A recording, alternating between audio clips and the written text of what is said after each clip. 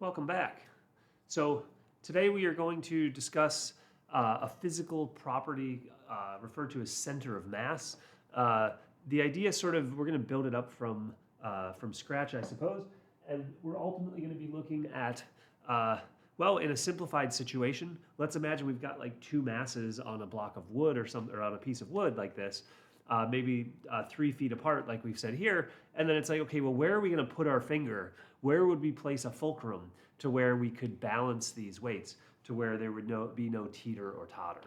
And as it turns out, this is a consequence of the physical property of torque, where torque is a force times the distance from the fulcrum. Now, just thinking about this, if you had this 4-pound weight on the one side and this lighter 2-pound weight on the other side, it is reasonable to assume that if you put your finger in the middle, the thing would topple where the 4-pound side would fall. So our finger's got to be closer to the 4-pound weight, but sort of where would it be with respect to the 4-pound weight? As it turns out, the place where you would want to put your fulcrum would be exactly 1 foot from the 4-pound weight and 2 feet from the 2-pound weight. The idea here is we want to have the distance between our fulcrum and the weight that's twice as heavy be half as much, utilizing this torque equals force times distance criteria.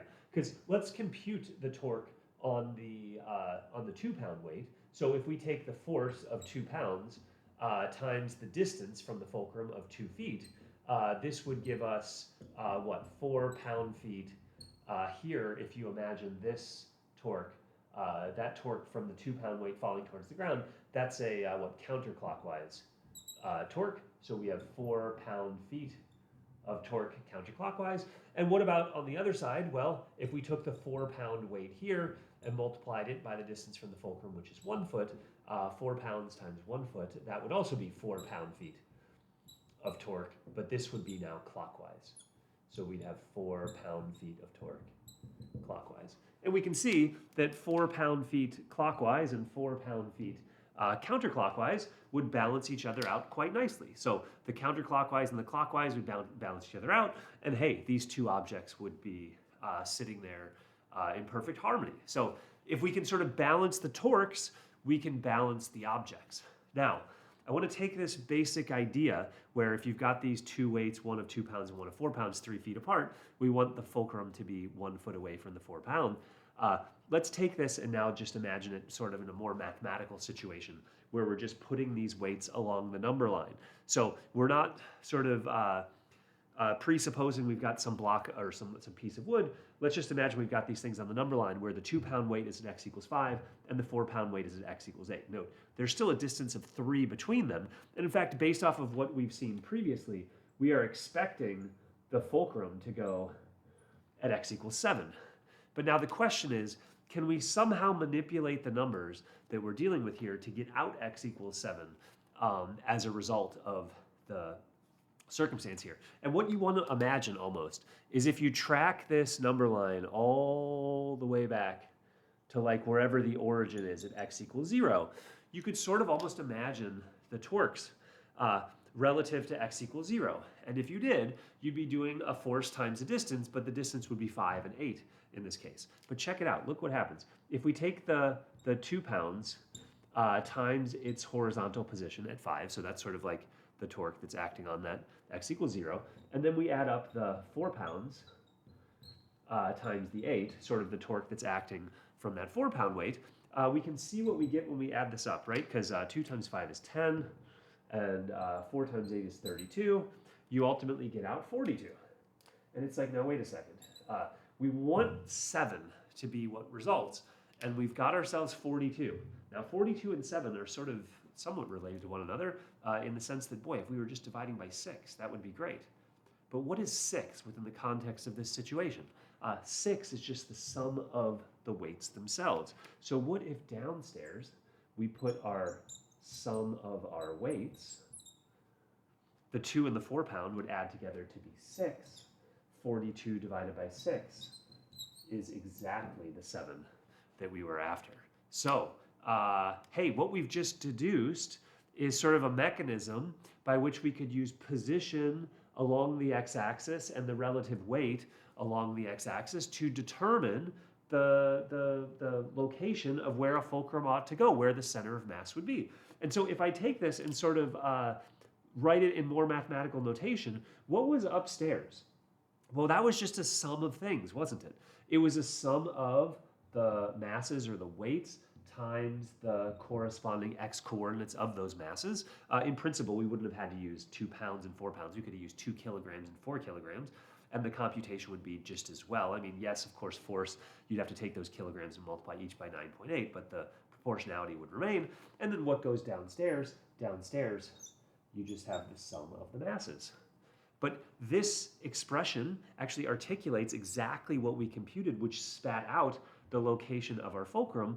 The location of our fulcrum along the x-axis, let's call that x bar. So x bar is sort of the point along the x-axis where our center of mass is located.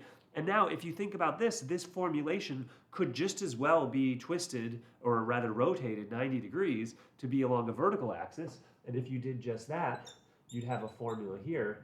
The sum of the mi's times the yi's divided by the sum of the mi's, the masses, would be your y coordinate. And so here are formulas that we can utilize to determine center of mass. And let me pause and wipe the slate clean, and then we'll see how we can relate these to area beneath a functions graph.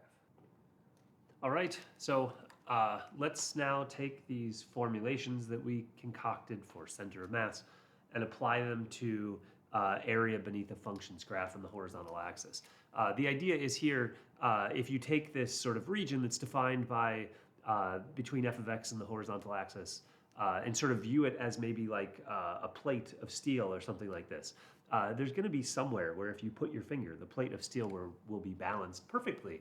And the question is, well, how can we find that point? So now we're going out sort of to a two-dimensional picture, but using our formulation for x bar and y bar, then we presumably could find an x bar, y bar coordinate pair that would provide us with that center of mass. I just want to make a remark too, associated to our formulations. I used mass in the formulations, whereas when we were actually concocting our intuition, we were using weights like 2 pounds and 4 pounds. Those are weights. But of course, weight is proportional to mass, right? Because if you multiplied each of these masses by 9.8 to get the weight, well, there would be a 9.8 factor in everything upstairs and downstairs, which could be factored out and canceled because there would be a 9.8 factored out from upstairs and downstairs. So the proportionality of weight and mass is why we can use mass within our formulation. I need that whenever we come over here and think about how we're going to determine the center of mass for this area region. Well, rather than deal with the entire area region as a whole, right? Let's break it down and just think about individual rectangles. So let's take a particular rectangle at location X along the horizontal axis. Say I didn't label the left and right bounds, but say we're between A and B along the horizontal axis as usual. Now at this X that's between A and B, this rectangle here, right, has a center of mass, which we can know exactly where that center of mass is located, right? The center of mass, in terms of its location, would be, well, X units left and right. And how tall would it be? Well, because we're dealing with a rectangle, the dot would be halfway as tall as the function is tall, or 1/2 f of x in terms of its height. Now, that gives us a location, so this x and that 1/2 f of x are going to correspond to the xi and the yi for that rectangular approximation of our area region. But now we need to figure out what the mass is. But now, wait, just like we did before with the weight and the mass, noticing that those were proportional, if we're talking about a plate, excuse me, a plate here, correct me if I'm wrong, in this two-dimensional case, area is proportional to mass, right? Because a given amount of area would be proportional to mass based upon whatever, like, the area density is of the mass of the object. And so thinking in those terms, if we could determine the area of our rectangle, that would be proportional to the mass of our rectangle. And could then be used just like weight was used within our considerations. Let me draw that tilde a little bit better. Okay, so now the idea here is what? Area of rectangle is just what? The rectangle is delta x wide and f of x tall. Or, well, maybe let me write it like this, because we like our delta x's or our dx's on the right-hand side. We'll have f of x times delta x. So while f of x times delta x is not the mass of that rectangle, it is the area of that rectangle, which you could take the area and multiply by the density accordingly to get the mass. But that's okay, because density upstairs and downstairs would just cancel away. So using area is just as reasonable as using weight, as we did with our initial intuition. But that said, now we have all of the data to sort of plug into our situation, because essentially here we have that what? X bar is the sum of the masses. Well, of course, instead of masses, let's use area, because area is proportional to mass. So we have f of x times delta x. That's for our m sub i's. And what about our x sub i's? Well, our x sub i's are just x. And downstairs, what are the sum of the masses? Well, we're going to use the areas, because areas are proportional to mass. Again, each of these areas could be multiplied by some factor to get our masses, but that factor would be multiplied upstairs and downstairs and would cancel away. What about for our y bar? Well, the sum of our masses, well, let's use areas instead. We'd have f of x times delta x, and the y's would be 1/2 f of x. And downstairs, the sum of the masses would just be, well, we could use the areas, right, because we used area upstairs. So let's use area downstairs, knowing that, yeah, there would be some proportional factor here for the density of the object, but the density would be both upstairs and downstairs and cancel. But yeah, hey, this is a nice formulation, because now if we take this approximation, right, this is our approximation, and we want an exact formulation, well, now we would just integrate over our region of interest between a and b. And looking at this expression, we just have x times f of x times delta x, but the delta x becomes a dx within our integral. So we just have x f of x over dx. Downstairs, we have integral from a to b of just f of x dx. Hey, that's just the area of our plate. And now let me get this bubble of thought out of the way so that we can articulate the center of mass for our y coordinate as well. And right, giving here now our exact values for our center of mass with respect to y. Upstairs we had a sum, but now let's see, it's just a 1/2 f of x times that delta x. So let me just call this a 1/2 f of x squared, right? Because we just have f of x times itself, dx, because we're doing an integral. And then imagining number of rectangles going to infinity. And then downstairs again, f of x dx. So hey, these are formulas. Nobody comes out of the womb knowing them, but, whoops, that B up top got sort of chopped off, so maybe that'll fit in there. Right, but notice the parallelism between these formulas and the formulas that we deduced from our physical intuition when we utilize the observations about the location of our center of mass and the area of a rectangle using area as being proportional to mass. I'm going to pause the video once more, hammer out an example, and then sort of lay this video to rest. All right, so to hammer out an example, let's find the center of mass of the region between the graph of f of x equals x squared and the x-axis on the interval 0, 2. Here's a rough sketch of that parabola. We're looking at this area region that's beneath the function's graph on the horizontal axis. To find the results, we'll simply utilize our formulation, where x bar is the integral from a to b, 0 to 2 in this case, of x times f of x. Well, x times f of x would be just x cubed. Downstairs, integral from 0 to 2 of x squared dx. And so, piece this together. What? We got 1/4 x to the 4th from 0 to 2, and then 1/3 x cubed from 0 to 2. Applying the fundamental theorem, what does this turn out to be? Let's see, 2 to the 4th is 16. 16 divided by 4 is 4.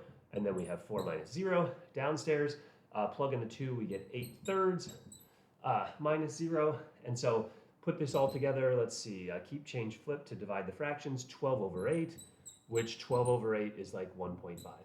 So we know horizontally the center of mass occurs at 1.5, which visually makes sense because more of the area is to the right than to the left. What about the y bar?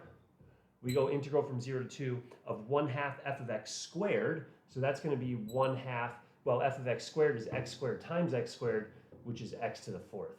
Downstairs, integral from 0 to 2 of x squared dx. Actually, we know how that one plays out. Downstairs, that's going to be 8/3 because we did that above. What about integral from 0 to 2 of 1/2 x to the fourth? Let's see, antiderivative of that is 1/10 x to the fifth. And this is going to be between 0 and 2. Let's see, 2 to the fifth is 32. So we have 32 over 10 minus 0 over 8/3. Keep change flip here. Let's see, we'll get 3 times 32 over 10 times 8, right? So the 8 and the 32 cancel, and we get 12/10, which is like 1.2. So between 0 and 4, we're at 1.2, which actually that makes sense as well because 1.2 is down close to the horizontal axis because looking vertically, most of the mass of this plate would be down below. 1.2 probably isn't even drawn to scale here. If I draw that to scale, we'd probably be even down further, which now feels nice and harmonious. So hey, we've at least hammered out an example. What's the center of mass? In this case, we got 1.5 comma 1.2. Utilizing the formulations which we cooked up based upon our initial physical intuition. Not bad for a day's work.